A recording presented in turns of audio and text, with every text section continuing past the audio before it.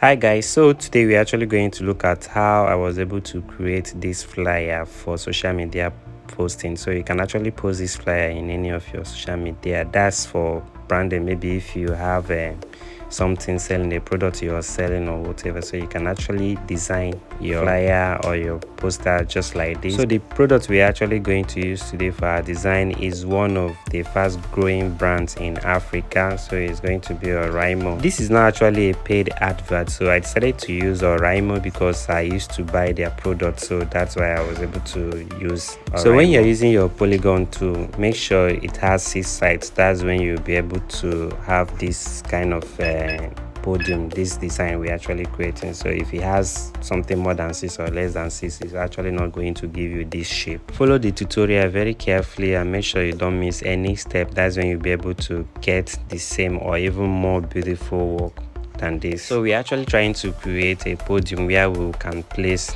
our product. Okay, so why picking your colors too? So make sure you actually blending them very well. That's the only way you will get that outstanding design finishing. Okay, so you have to choose your color well. As you can see, there are lots of activities here, so that's why we make sure we merge the ones we can to avoid having our layout panel congested. Okay, so always leave your workspace simplified, as simple as possible, so that you won't get confused. Okay, so after creating our podium, we had to merge all the layers and duplicate, because we're actually going to create a blur effect to actually make this our podium look a little bit realistic. Okay, so we are going to be using Gaussian blur. So in order to get that effect we actually want, then you have to make sure you adjust everything properly. So you must not use the same radius I used. Okay, so you just have to use something that is actually that will work for you. Okay, and we use the brush tool to give it this shadow effect. You know, shadow